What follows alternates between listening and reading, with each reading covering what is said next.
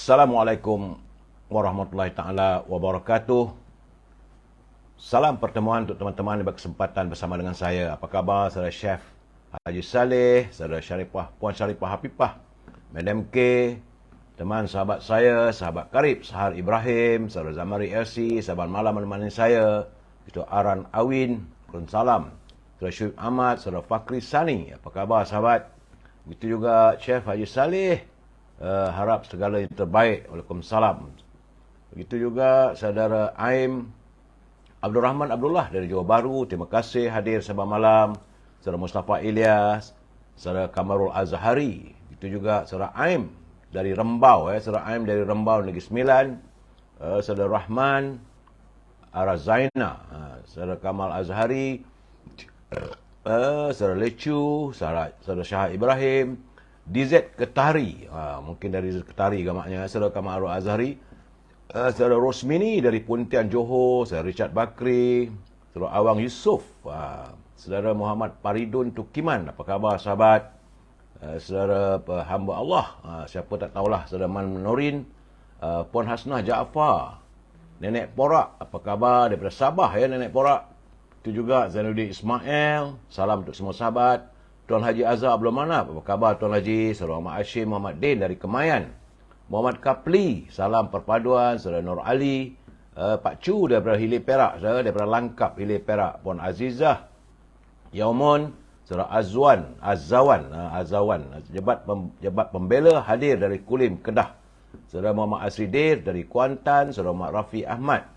Selamat ke udara. Terima kasih. Daripada Alam Impian katanya panas. Saudara Muhammad Yusof Ishak dari Bandar Baru, Kedah. Saudara Muhammad Hashim Muhammad Din. Salam Maidani.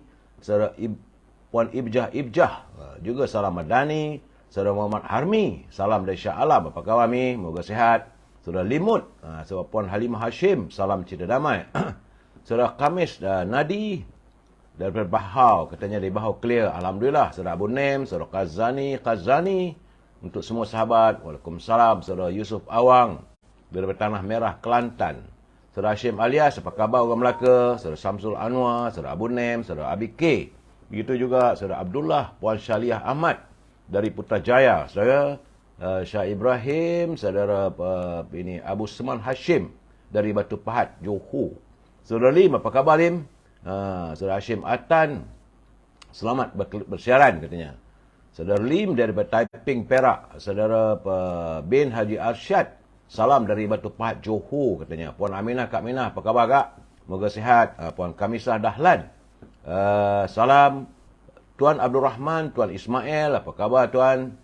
Dari Besut, Terengganu. Saudara Nur Fisyah Idris, salam pencerahan.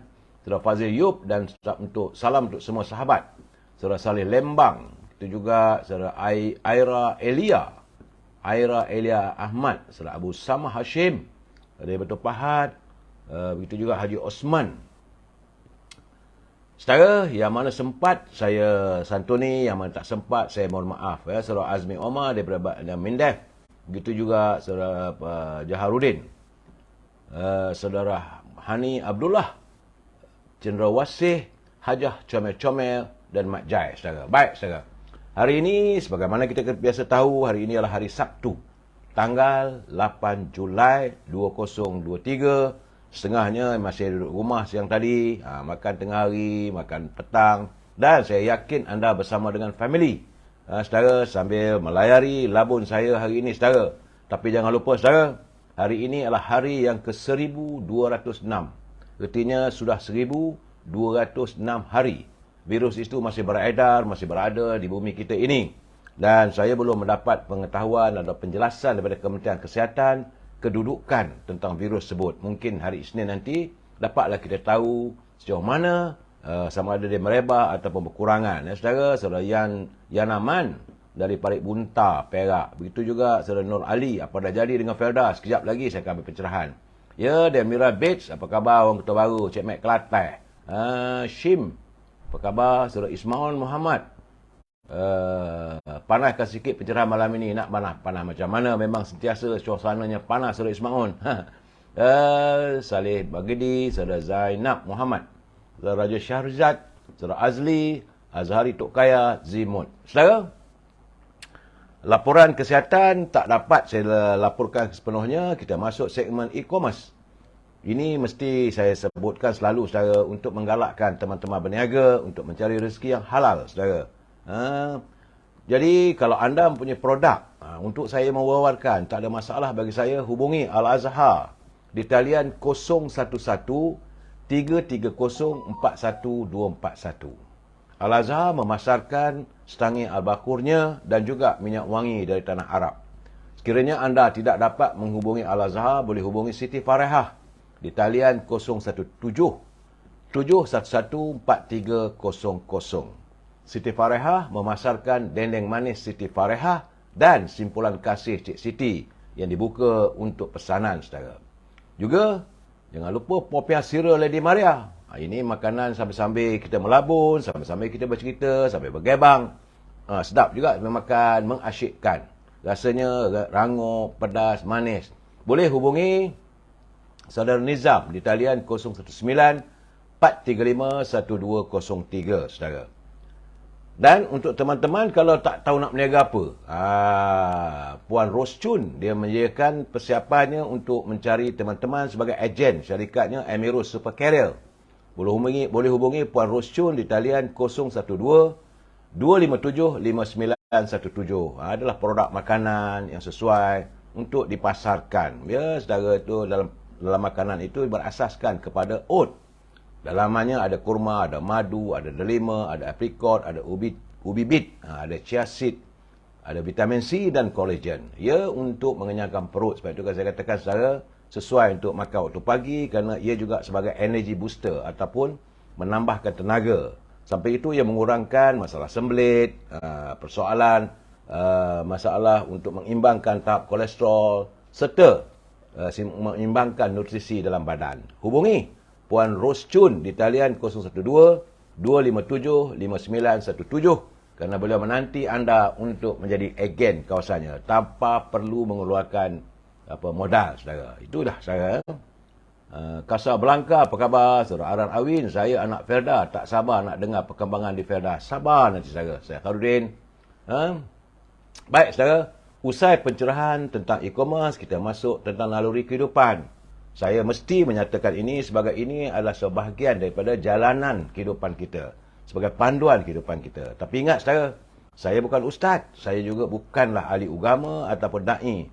Apa yang saya lakukan bila teman-teman menghantar kiriman, saya cuba menculik catatan mereka supaya dapat menyedarkan sedikit kesedaran kita, saudara. Saudara, bila melakukan satu dosa, ia boleh menyebabkan hati menjadi gelap dan sukar untuk menerima hidayah daripada Allah SWT, saudara. Kerana menurut Imam Al-Ghazali, apabila karat dan kotoran telah menebal di hati, ia bakal bertukar menjadi tabiat. Keadaan ini samalah seperti daki-daki dan kotoran yang melekat di cermin. Semakin lama kotoran itu dibiarkan dan tidak dibersihkan, akhirnya ia terserap dalam cermin itu hingga menjadikan ia rosak. Begitulah keadaan hati kita yang sebati dengan maksiat kalau tidak kita segerakan, kita bersihkan. Kerana saudara, sesungguhnya dosa dan maksiat pasti membuatkan hati kita menjadi resah dan gelisah. Dan inilah yang akan dialami oleh orang yang hatinya tidak dipenuhi dengan keimanan. Ketika dia melakukan kemaksiatan kepada Allah SWT, jadi secara tidak langsung kegelisahan memenuhi hatinya. Akan tetapi manisnya hawa nafsu itu terkadang menutup perasaan untuk membersihkan jiwa mereka yang penuh dengan kekotoran dan kemaksiatan.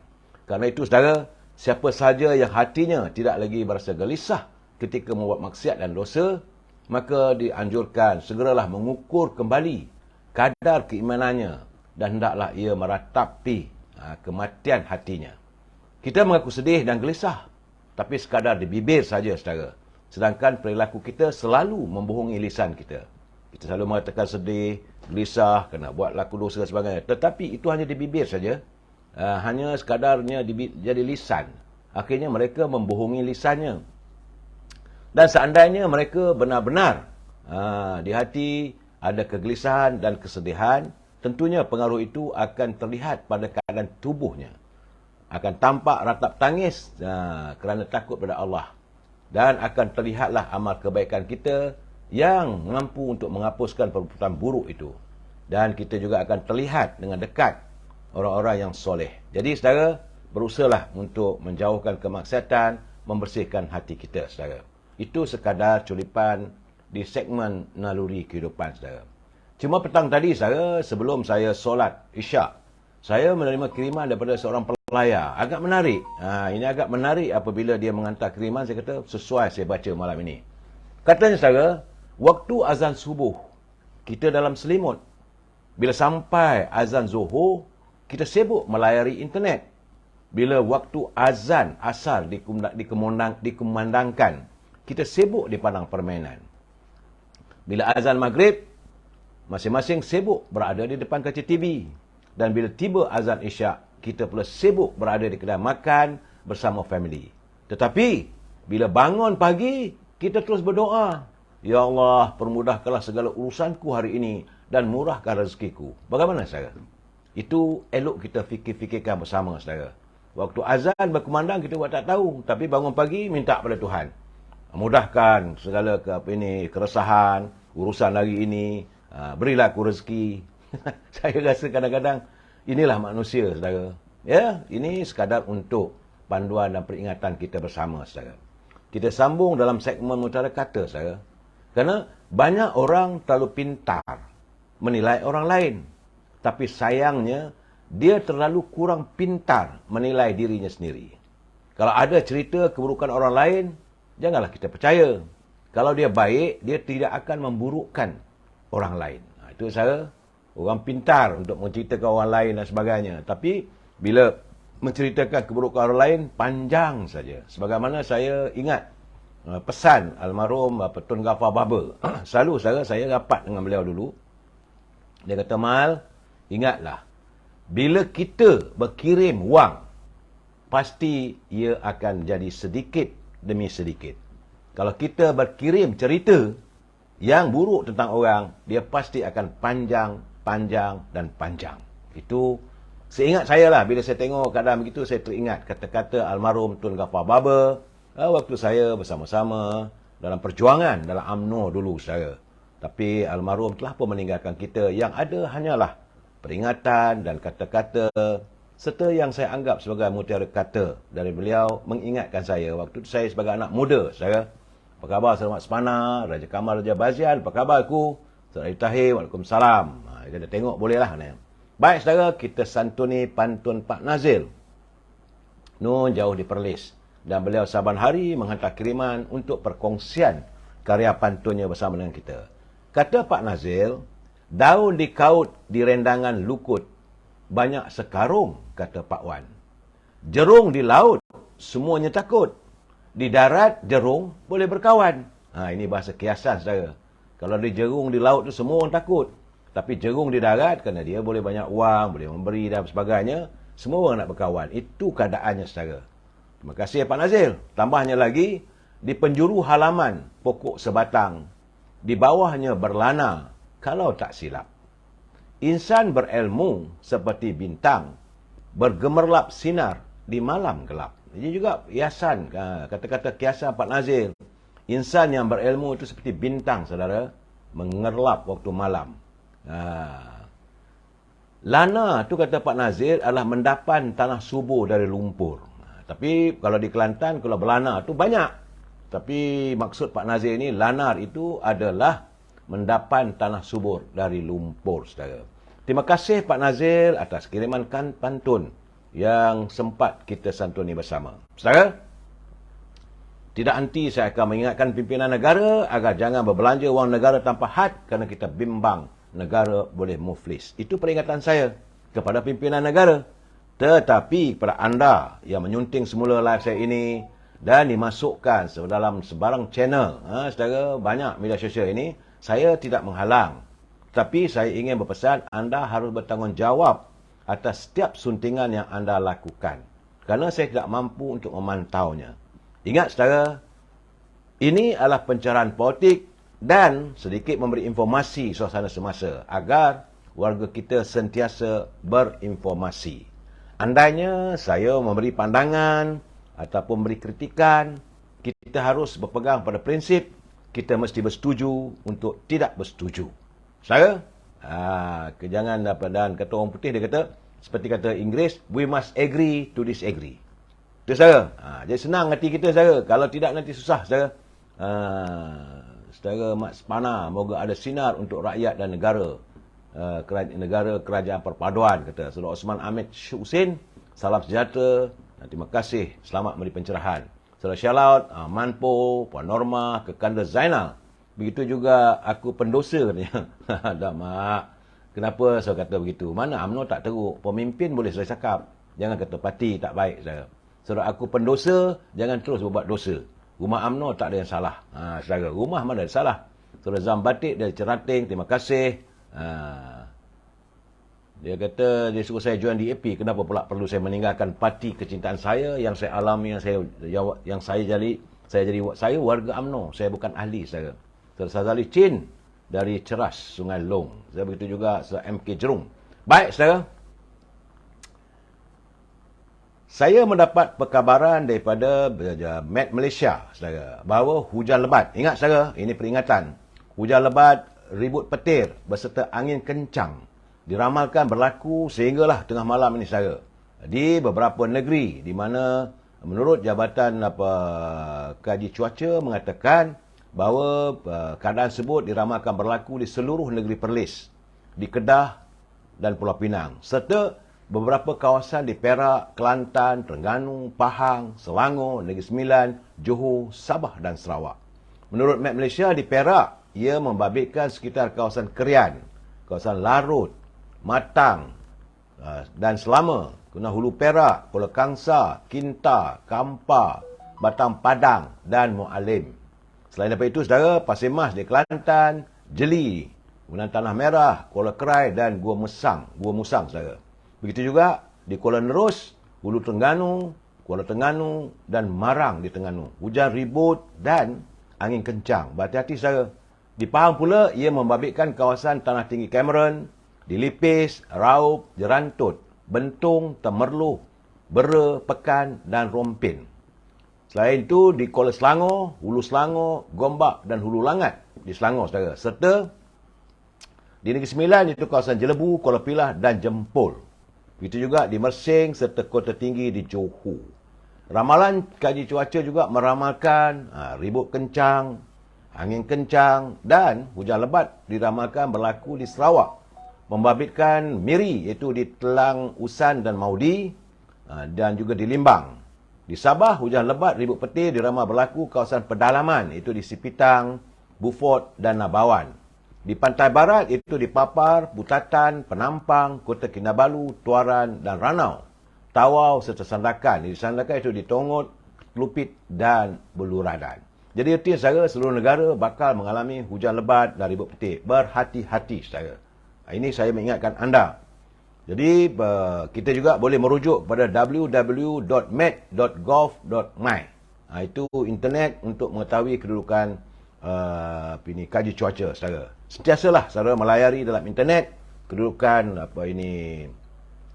cuaca sebelum anda keluar rumah dan sebagainya. Tapi kalau saya tengok malam ni berhati-hati saja, mungkin kalau hujan lebat lama berpanjangan boleh jadi banjir. Sebagaimana berlaku di Pasir Salak 2 hari lepas. Banyak juga rumah-rumah diterbangkan oleh angin dia punya atap dan bumbungnya. Baik saudara. Saya harus mengingatkan saudara, seharusnya kita insaflah saudara. Sama ada anda menyokong kerajaan, sama ada pro kerajaan, ataupun dalam Pakatan Harapan, Perikatan Nasional, Pembangkang dan sebagainya. Saya kata seharusnya lah kita melihat apa yang berlaku di negara luar. Kerana saya bimbang, keadaan di negara luar sudah tak terkawal. Segalanya sudah mula huru-hara, bergolak di sana sini. Contoh saya kata apa yang berlaku di Moskow ataupun di Saint Petersburg. Perang Rusia dan Ukraine sudah pun menjengah hampir setengah tahun saudara. Belum ada tanda-tanda akan usainya. Dan satu ketika dulu, jangan lupa saudara, Perancis contohnya, yang dilihat sebagai antara negara moden dan mengamalkan demokrasi. Jangan lupa saudara, Perancis juga mewujudkan revolusi dalam abad moden politik ni saudara. Dan di Perancis juga sudah pun berantakan yang belum ada kesudahannya. Jadi saya mengharapkan agar kita berhati-hati dan melihat bagaimana di Ukraine. Hari ini saya terkejut juga apabila Presiden Ukraine, saudara, Volodymyr Zelensky mengadakan pertemuan dengan Presiden Turki. Saudara, dan ia telah pun diberi penyataan bahawa Turki memberi sokongan kepada Ukraine untuk menyertai pertubuhan perjanjian Atlantik ataupun NATO. Zelensky sebelum ini telah berusaha keras untuk menjadi ahli NATO. Jadi kalau dia jadi ahli NATO, bila berlaku keadaan begini, maka NATO akan mengisytiharkan perang dengan Rusia, saudara. Sebab itu sekarang ni Rumah Putih mengatakan mereka akan menerima Ukraine untuk berada dalam NATO.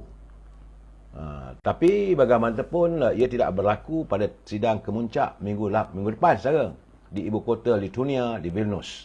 Demikian menurut penasihat keselamatan negara Amerika. Dan perbincangan Zelensky dengan Turki, iaitu Recep Tayyip Erdogan, telah pun memeterai bahawa Turki, melalui Turki, Amerika akan membekalkan senjata kepada Ukraine. Artinya, saudara, belum ada usai, tanda-tanda usai peperangan boleh ditamatkan antara Rusia dengan Ukraine. Apakah keadaan ini akan berlarutan sampai bila? Dan tentulah ia juga akan menyangkut soal ekonomi seluruh dunia, saudara. Itu yang saya risaukan, dan sepatutnya kita di bumi kita ini, janganlah kita berterusan untuk memercikkan api permusuhan sama kita. Begitu juga, saudara, kesan daripada perbalahan dan politik tidak stabil. Saya melihat kerajaan Belanda hari ini sudah runtuh, saudara. Tiba-tiba saja Perdana Menteri Belanda, Mark Rutte, akan menyerahkan surat pengundurannya dari kabinet selepas beliau gagal mencapai kesepakatan berhubung dengan langkah mengetatkan dasar terhadap imigran. Demikian menurut laporan daripada agensi berita di Belanda, saudara. Keruntuhan kerajaan Belanda berlaku selepas 3 hari. Perbincangan yang tegang berlangsung sekaligus menyebabkan pilihan raya baru terpaksa diadakan seusai musim luruh nanti, saudara. Jadi keadaan ini, maka Mark Rutte akan menyerahkan kuasanya, katanya hari ini atau besok, kepada Raja Belanda. Artinya dah berlaku lagi masalah hanya kerana perbalahan dalam negara. Bawa ke parlimen tak sesuai apa semua, jadi akhirnya dia kata tak apalah, bubarlah parlimen. Sedangkan Mark Rutte sudah pun menjadi lebih kurang 20 tahun menjadi Perdana Menteri di Belanda, saudara. Bagaimana di Thailand? Masih belum lagi usai tentang perlantikan jawatan Perdana Menteri. Walaupun keputusan pilihan raya, rakyat telah pun membuat keputusan. Keputusan rakyat itu tidak mencukupi untuk meletakkan calon Perdana Menteri yang muda itu menjadi Perdana Menteri. Itu keadaannya sekarang, saudara. Itulah saya mengharapkan agar kita di negara kita ni janganlah kita melebarkan perbalahan, permusuhan sama kita. Soal nak berpolitiklah. Musim pemilihan di 6 buah negeri, jalankanlah. Tapi janganlah adanya caci-mencaci, kutuk-mengutuk, fitnah memfitnah, saudara. Sebab itu saya juga hari ini nak menangani kenyataan Tan Sri Azam Baki selaku Ketua Pengarah Suruhanjaya Pencegahan Rasuah. Kerana hari ini beliau menafikan laporan akhbar tempatan yang mendakwa katanya tiada elemen rasuah yang ditemukan dalam siasatan melibatkan tentang 2 wanita Cina di Balai Ketibaan Kuala Lumpur KLIA pada 29 Jun lalu. Jadi waktu beliau bercakap dengan Astro, Ketua Persejaya Tan Sri Azam Baki berkata siasatan baru memasuki hari ke-6 dan adalah tidak munasabah untuk menyelesaikannya dalam tempoh tersebut. Justru beliau menggesa semua pihak, termasuklah pengamal media, untuk tidak membuat sebarang spekulasi atau andaian yang mengatakan tiada elemen rasuah dalam kes berkenaan. Dan kata Tan Sri Azam Baki, saya ingin mengatakan bahawa siasatan masih dijalankan. Saya tidak mahu ada pihak membuat spekulasi kerana ada yang mengandaikan tiada elemen rasuah, sedangkan siasatan dijalankan. Siasatan baru dijalankan dalam tempoh 5 hingga 6 hari. Jadi munasabahkah dalam tempoh 6 hari itu boleh diselesaikan siasatan? Oleh itu katanya berhati-hatilah dalam membuat kenyataan. Sebab itu selalu saya katakan, saudara, jangan kita membuat kenyataan selagi belum disiarkan atau dilakukan oleh mereka yang berautoriti. Macam di SPRM tu, biarlah Tan Sri Azam Baki bercakap ataupun jurucakap SPRM. Jangan kita sebagai pemain media terus jump to the conclusion ataupun membuat telahan yang bukan-bukan. Yang ini merosakkan usaha-usaha pihak SPRM dalam memerangi budaya rasuah di negara kita, saudara. Kembali pada politik, saudara, nampak gayanya di Terengganu. Kabarnya hari ini dalam mesyuarat belum dibawa ke mahkamah lagi, saudara. Sepatutnya mungkin hari Isnin nantilah kalau mahkamah bersidang dan sebagainya. Kabarnya bahawa pimpinan PAS tidak akan membuat bantahan ataupun meminta dikaji semula berhubung dengan keputusan petisyen pilihan raya bagi Parlimen Kuala Terengganu. Demikian dimaklumkan oleh Peguam Wan Rohimi Wan Daud yang mewakili Datuk Ahmad Amzad Hashim, calon PAS bagi Parlimen Kuala Terengganu sewaktu pilihan raya umum yang lalu. Jadi katanya keputusan itu disahkan oleh Presiden PAS Tan Sri Abdul Hadi Awang dalam mesyuarat PAS di Kuala Terengganu hari ini. Jadi PAS untuk itu bersedia untuk terus diadakan pilihan raya kecil bagi Parlimen Kuala Terengganu, kalau boleh serentak dengan pilihan raya negeri yang akan diadakan pada 12 Ogos akan datang. Secara pada 27 Jun lepas, Mahkamah Pilihan Raya Terengganu membatalkan kemenangan Ahmad Hamzat pada pilihan raya lalu kerana adanya elemen rasuah, katanya. Jadi berikutan keputusan itu, Suruhanjaya Pilihan Raya akan dimaklumkan dan menunggulah perakuan daripada Hakim Pilihan Raya untuk mewartakan kekosongan kursi bagi mengadakan pilihan raya. Pada PRU15, Ahmad Hamzat menangangi kursi Parlimen Kuala Terengganu dengan majoriti 40,907 undi selepas menewaskan 3 pencabar lain termasuk Muhammad Zubair yang membuat petisyen, saudara. Jadi saya melihat, saudara, dengan situasi tersebut kita hanya sekadar bertanya lah. Kerana pimpinan PAS selalu mengatakan bahawa ia tidak mahu bersekongkol dalam muafakat nasional kerana katanya Parti UMNO ni keruh, ada orang rasuah. Tapi bagaimana pula sekarang? Bila mereka tidak membuat rayuan berhubung kerusi Kuala Terengganu yang dibatalkan oleh mahkamah kerana rasuah. Jadi sepatutnya Presiden PAS kena fikirlah. Cermin-cerminkanlah. Jangan tuduh orang rasuah sedangkan keadaan terbukti di mahkamah, saudara. Dan dari Arau, saya menerima perkabaran bahawa amalan bai'ah ataupun aku janji ataupun lafaz sumpah bagi kalangan calon PAS dalam pilihan raya negeri yang akan diadakan bulan hadapan, menurut Musyidul Amnya Datuk Hashim Jassin, bai'ah itu tetap akan diteruskan. Tapi tidaklah serumit seperti sumpah taklid cerai talak 3 yang pernah berlaku di Kelantan sebelum ini, katanya. Jadi artinya memang benarlah apa yang dikatakan bahawa PAS memang dulu ada membuat taklid dalam dia punya akuan bersumpah ataupun bai'ahnya. Kalau dia mengingkiri ataupun melompat parti ataupun meninggalkan parti setelah menang, maka tercerailah isterinya talak 3. Saya kata kenapalah wanita jadi mangsa. Tapi bagaimanapun menurut Musyidul Ampas Datuk Hashim Jassin, bai'ah wajib bagi setiap calon, tapi tidaklah tentang bai'ah lafaz taklid dan sebagainya. Jika dilihat satu situasi semasa juga, keadaan katanya sudah agak berbeza berbanding dulu yang mana ahli sangat setia dan walak kepada parti. Pada situasi semasa di Kelantan dulu, itu pilihan raya umum 204, kita hanya ada kelebihan 1 kursi. Ini memerlukan bai'ah seperti sumpah taklid cerai talak 3 itu. Tapi sekarang ni situasi dah berubah ni. Jadi tak adalah. Itu keadaan, kenyataan daripada Musyidul Ampas. Jadi secara tidak langsung dia memperakui bai'ah itu wujud. Saudara. Saya tak mau komen lebih apa, saudara. Cuma saya agak menariknya itu untuk warga Terengganu juga, saudara. Di Terengganu tadi mulai semalam dan hari ini, Yang Mulia Tengku Razili Hamzah telah pun turun ke Kemaman untuk meninjau suasana. Kerana saya dah mengatakan bahawa apa yang berlaku di Terengganu itu juga akan berlaku di kursi-kursi seluruh negeri Terengganu. Kalau di Kemaman, dia turun di Kemaman, apa yang berlaku di Kemaman, saudara, maka keadaan politik ini adalah cerminan kepada suasana politik di Terengganu.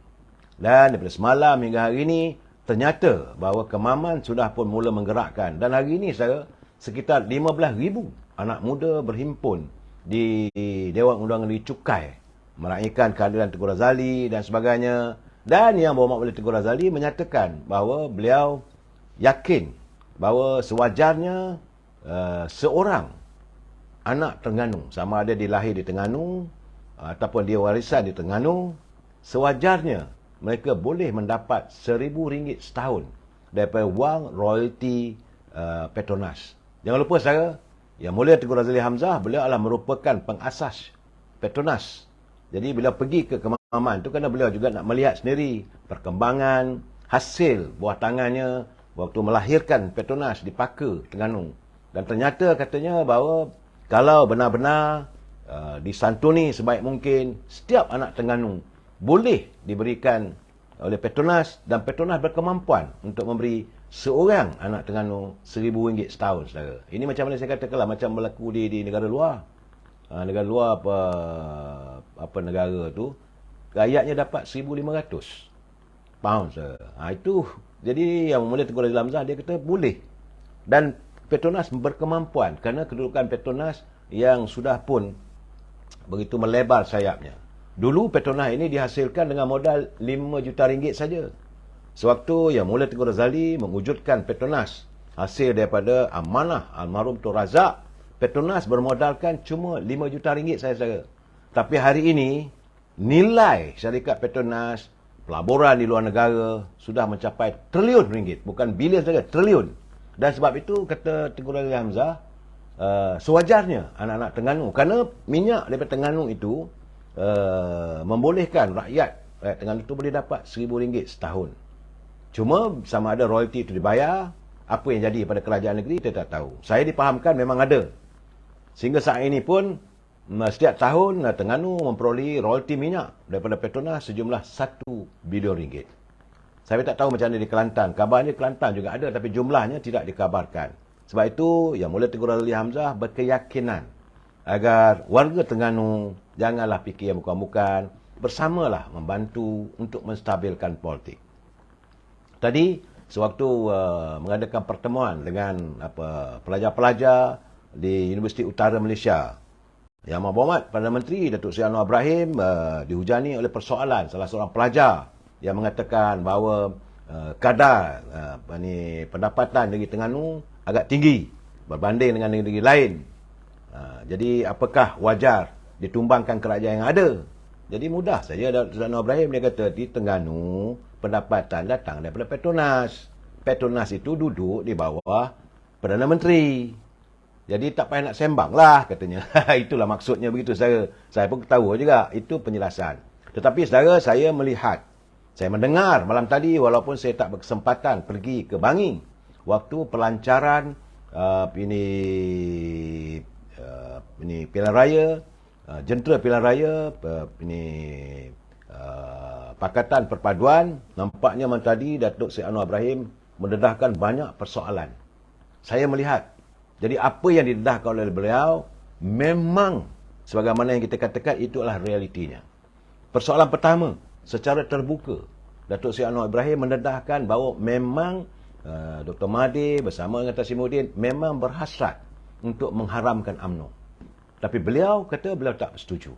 Jadi selama ini kalau dikatakan bahawa hasrat mereka nak membunuh UMNO itu adalah realiti, saudara.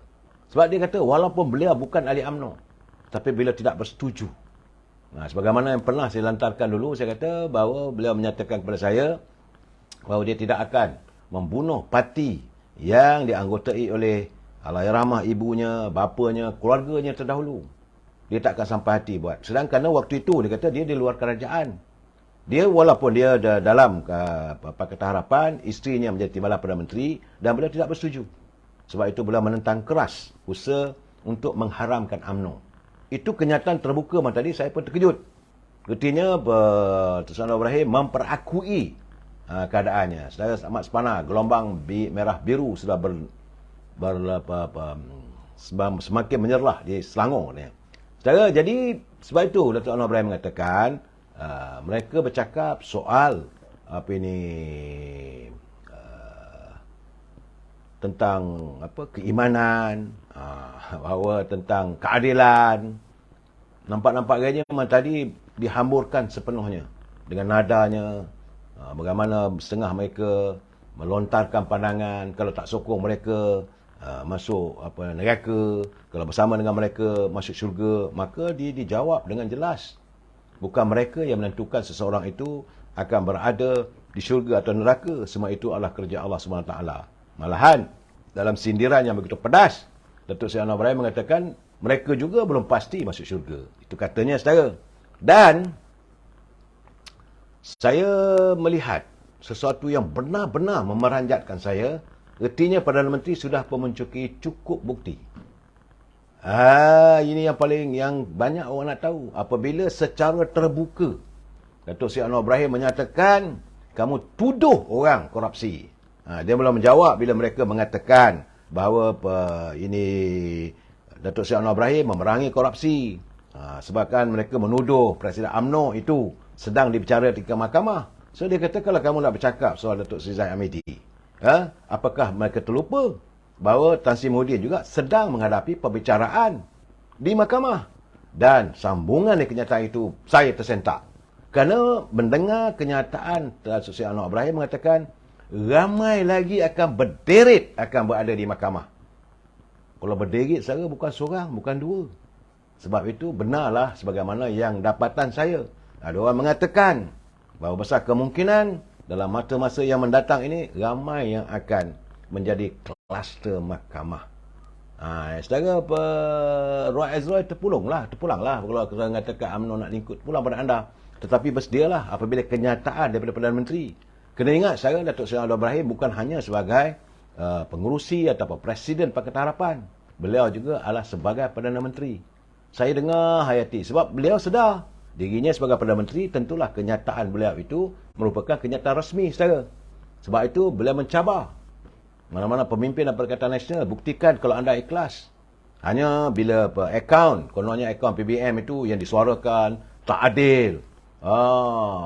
Kononnya kerajaan bersikap zalim, membekukan akaun parti PBM. Sebab itu Datuk Seri Anwar Ibrahim dia kata, yang kamu bekukan akaun UMNO tu boleh. Itu keadaan saya. Terpulanglah saudara. Din tell. Pulanglah. Siapa best tak best saya tak tahu. Saya menceritakan apa yang saya dengar semalam, kenyataan Perdana Menteri Datuk Seri Anwar Ibrahim. Begitu nampaknya semalam tu macam lah declare perang lah. Bila dia kata berderet lagi akan diseret ke mahkamah, kena jawablah saudara. Itu katalah, saya tak tahu. Saudara Muhammad Army tak payah bergaduh dengan dia orang, Mat. Muhammad Army jangan bergaduh, teman-teman. Jangan kita salah bergaduh. Saya memberi pencerahan, mereka nak tulis apa pun tulislah, saudara. Pulang.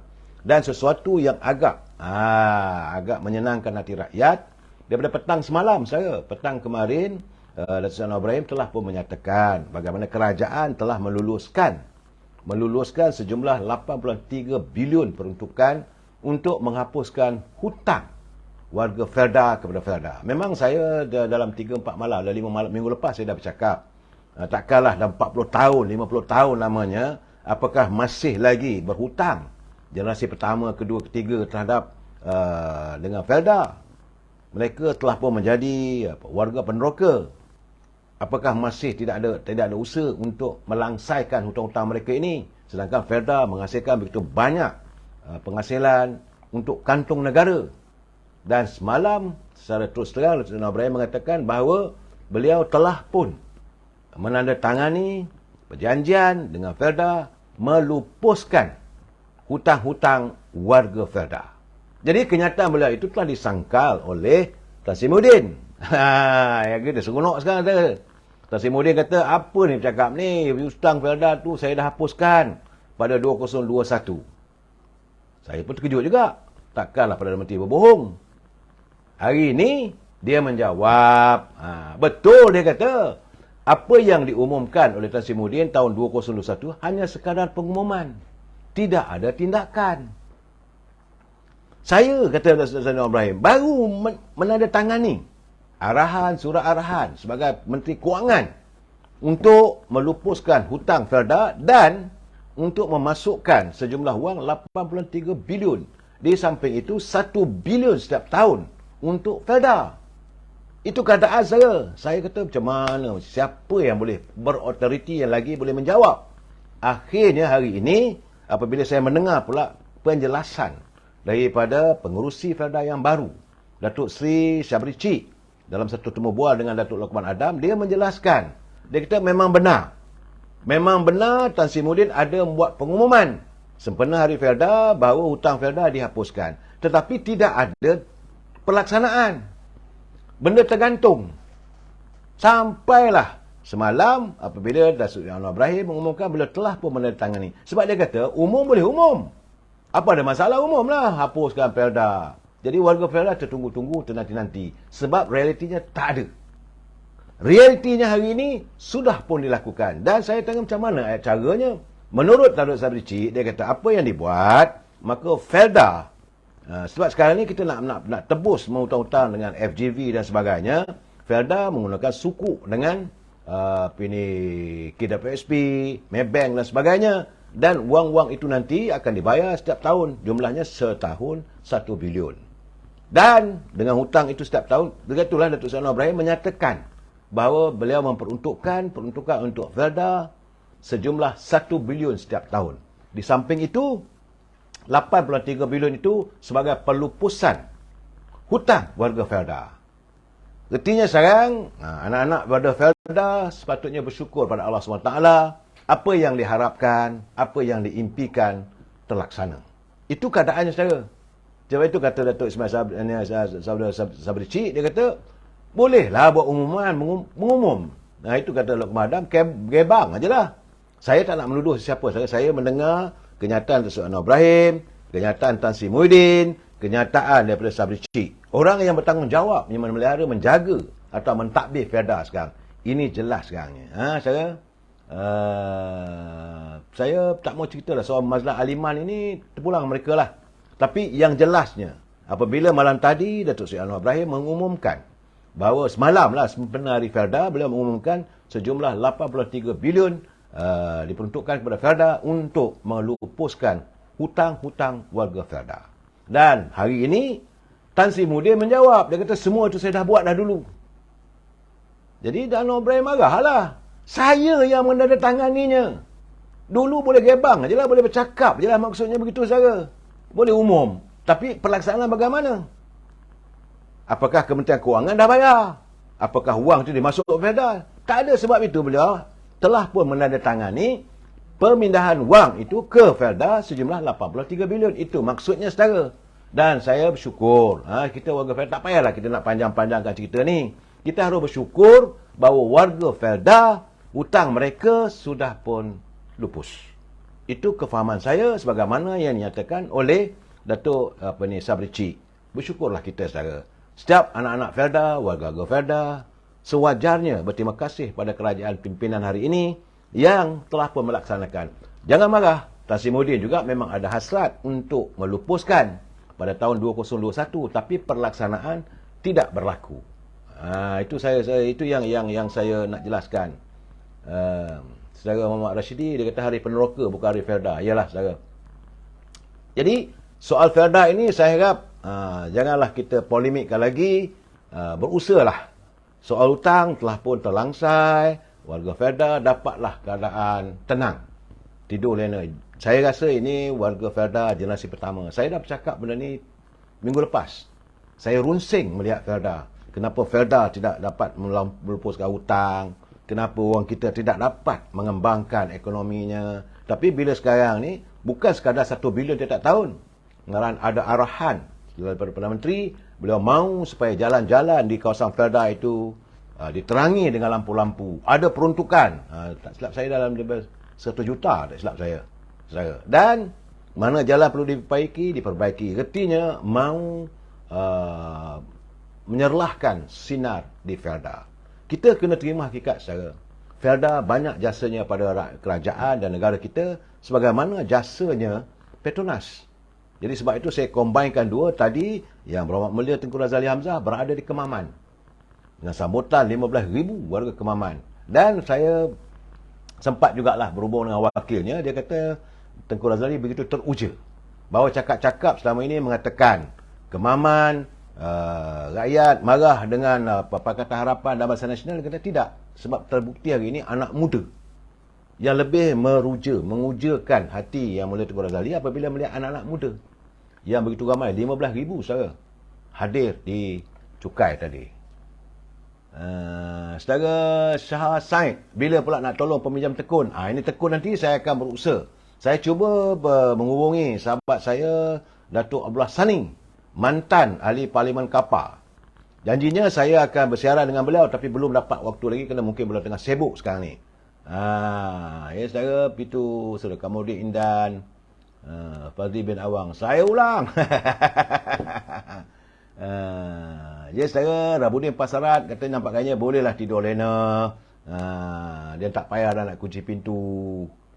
Ya saudara Fazilah Abdullah, saya rasa tak payahlah kita nak kata. Saya begini saudara, saya mahu kalau boleh, sebab dari awal tadi saya katakan, cukup-cukuplah kita berpolitik dengan tuduh-menuduh. Tuduh orang ni sakau, tuduh orang ni sapu. Sudah-sudahlah sesama kita. Yang mana yang melakukan keterlibatan, ada berlaku korupsi, biar SPRM melaksanakan tugasnya. Mereka sebagai penguat kuasa. Mahkamah biarkanlah membicarakan siapa saja. Dan kita minta supaya tidak ada campur tangan di kalangan eksekutif dalam aspek ini judiciary. Dan kita nak lihat negara kita ini dibangunkan sebagai sebuah negara yang benar-benar bermaruah. Pemisahan kuasa antara eksekutif, judiciary, legislatif terlaksana. Dan kita tidak tuduh-menuduh. Kalau ada orang itu yang dikatakan ada keterlibatan dan rasuah, biarlah SPRM yang mengambil tindakan. Dan kita tak payahlah mewujudkan persepsi orang ni kaki sakau, orang ni kebah itu, orang ni. Untuk apa saudara? Pertama, buat dosa kering. Itu keadaan saudara. Lebih baik kita menyatakan. Sebab itu saya katakan, bagi mereka calon-calon yang nak bertanding ni saudara, mereka harus menyatakan pada rakyat apa yang mahu mereka lakukan. Seandainya mereka dipilih sebagai wakil rakyat. Kena ingat, ini wakil rakyat. Dan kali ini bukannya parlimen, di Dewan Undangan Negeri. Dan selaku ahli Dewan Undangan Negeri nanti, apa yang mahu diperjuangkan untuk kawasan tersebut. Dan kita sama-sama tunggu. Bila mereka terpilih, apakah benar-benar mereka memperjuangkan soal rakyat. Saya melihat contoh, saya bagi tahu saudara. Contoh di Kelantan, contoh di Terengganu, di Kedah misalnya. Wakil-wakil rakyat tidak bercakap soal kehidupan rakyat.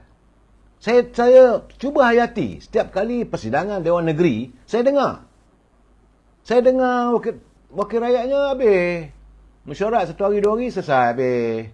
Apa yang diputuskan oleh Persatuan endorse. Bagaimana kehidupan nelayan di Terengganu? Kenapa tidak dibicarakan? Dewan Undangan Negeri membuat melalui enactment dia bantuan wang yang dapat. Kenapa tidak dipulihkan ekonomi rakyat Terengganu? Takkan nak mengharapkan daripada pusat. Benar, kerajaan persekutuan bertanggungjawab dan berkewajipan untuk membantu kerajaan-kerajaan negeri. Sebagaimana yang dilakukan. Sebab itu Datuk Seri Anwar Ibrahim mengatakan, walaupun di Kelantan PAS, di Terengganu, tapi dia kata dia tetap akan memberi bantuan. Sebagaimana beliau tidak mahu menyeksa rakyat. Dia kata malu dia sebagai Perdana Menteri kalau masih ada lagi rakyat di Kelantan, di Terengganu, di Kedah dibungkus dengan kemiskinan. Itu kenyataan beliau.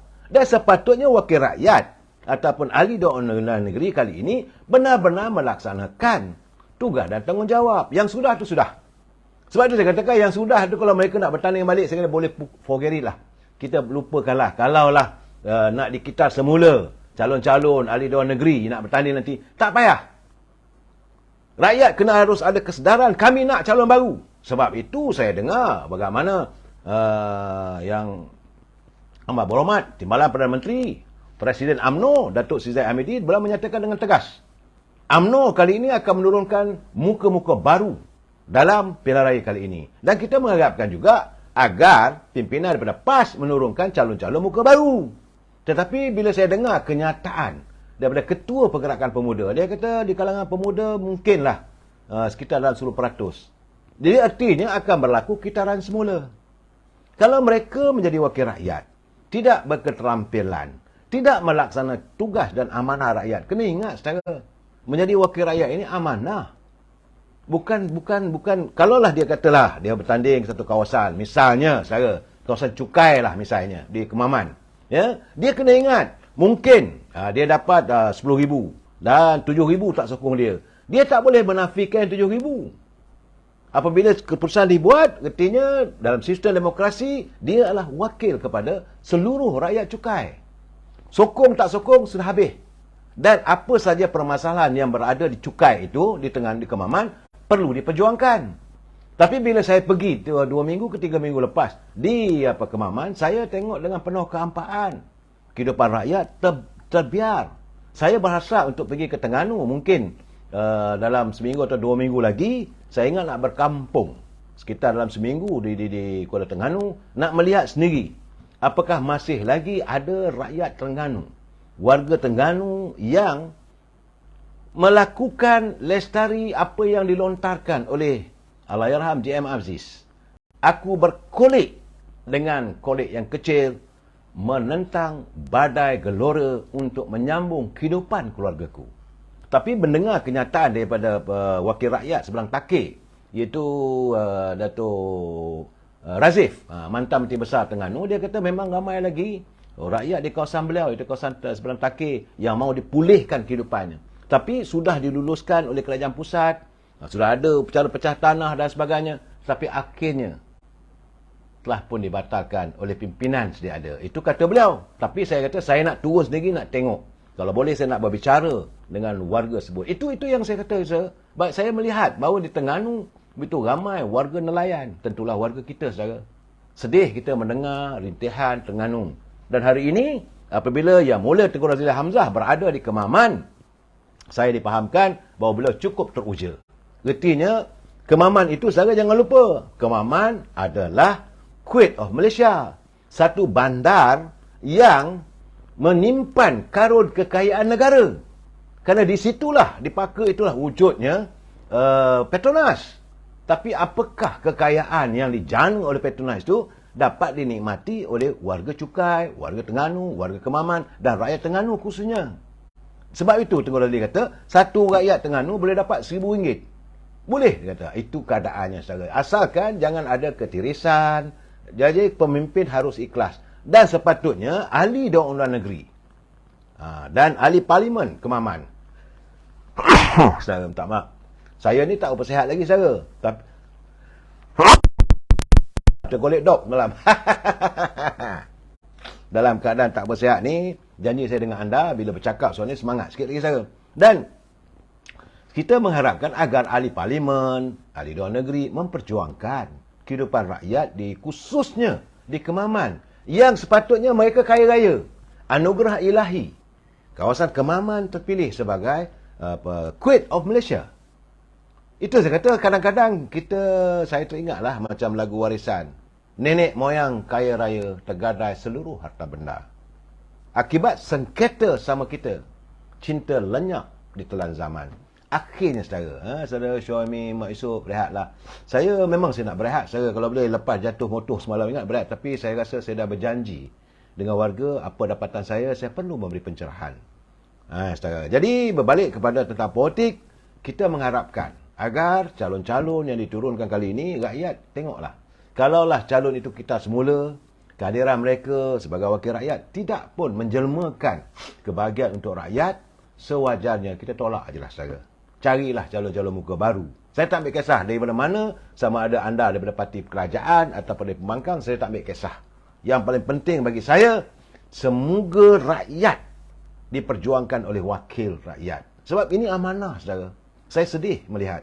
Sebab itu di awal tadi saya kata, sudahlah. Tak perlu. Memang nak bertanding pilihan raya kali ini, saudara. Masing-masing mengemukakan calon-calon sebagaimana saya lihat, okey, di Kelantan contohnya, PKR telah pun mengesahkan bahawa Parti Keadilan akan bertanding di 7 kerusi Dewan Undangan Negeri pada pilihan raya kali ini.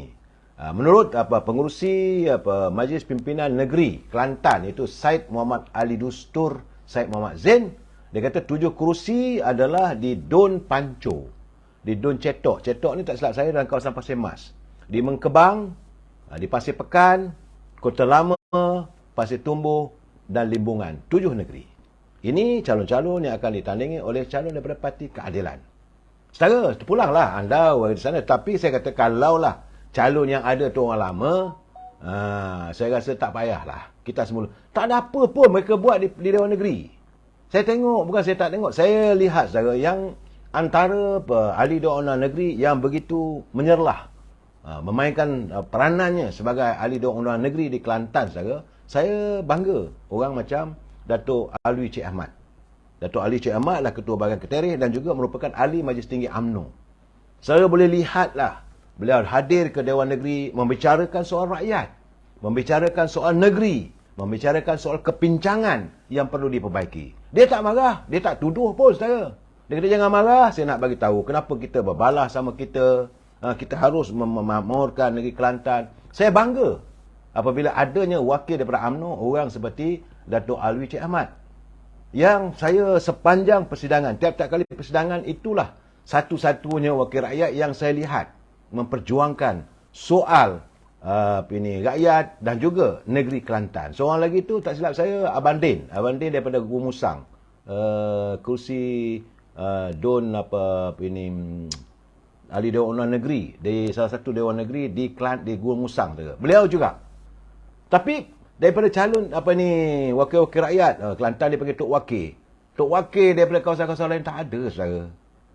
Akhirnya, contoh saya katakan apa yang berlaku di Kelantan. Kalau setiap wakil rakyatnya bercakap, kita tak peduli, nak tanya kerajaan negeri, berapa peruntukan dah dapat. Kalau tak dapat, kita ramai-ramai pergi ke Putrajaya. Kita minta kerajaan sediakan duit untuk menyelesaikan masalah air di Kelantan. Saya rasa dah lama dah selesai, saudara. Kalau semua wakil rakyat di Kelantan itu berganding bahu, lepas musim pemilihan, tak usah peduli dah. Lepas musim pemilihan, bukan lagi masa untuk kita berpolitik. Masing-masing dah bergelar yang berhormat, masing-masing dah jadi wakil rakyat, mewakili kawasan masing-masing.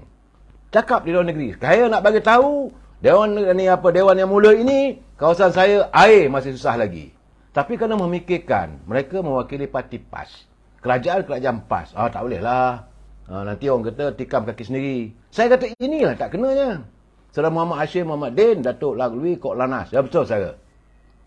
Sebab itu Saudara Fakri Sani dia kata, bagi saya Kelantan letak UMNO. Saya tak ambil kisah, saudara. Memanglah, menurut kenyataan Presiden UMNO, Datuk Seri Zahid, dia kata, bagilah peluang pada UMNO untuk mentadbir Kelantan satu penggal. Dan beliau berjanji untuk menyelesaikan masalah air di Kelantan. Saya juga merasakan, kalaulah masalah ini ditangani, semua wakil rakyat bekerja untuk rakyat, saya rasa tak ada masalah. Begitu juga kita lihat, saudara, macam di Parlimen. Sidang Parlimen, bagi saya memang amat, saya rasa lenjan lah tengok, menjengkelkan. Bila wakil rakyat bercakap, lain tak ada. Tentang diri dia, saya menang 10,000, saya menang begitu, saya menang begini, kerajaan tak. Yang kita nak tahu kehidupan rakyat. Kemukakan, saya mewakili kawasan Arau. Rakyat di Arau ada padi, tapi ikan mahal. Rakyat di Arau, gula mahal. Ini yang tak ada. Jadi wakil rakyat setiap kali, sebab mereka ada pejabat. Tiap-tiap wakil rakyat, saudara, ahli parlimen, gajinya sampai ke tahap 20,000 seorang, saudara.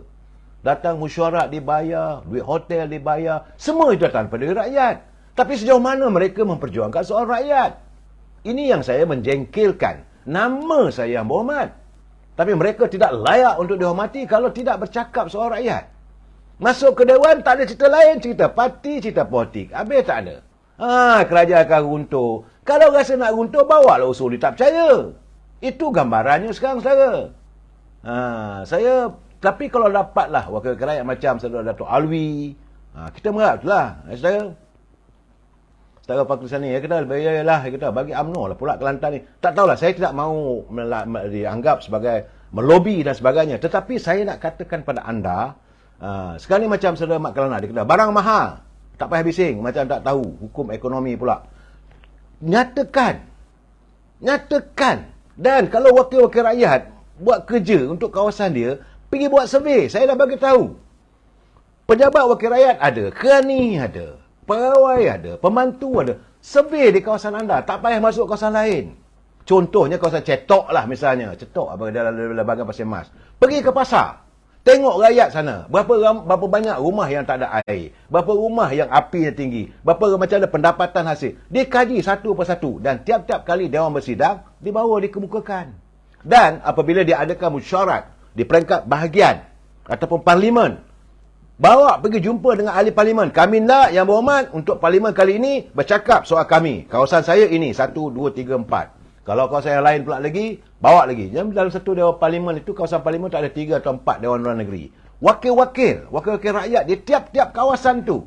Barulah keadaan saya.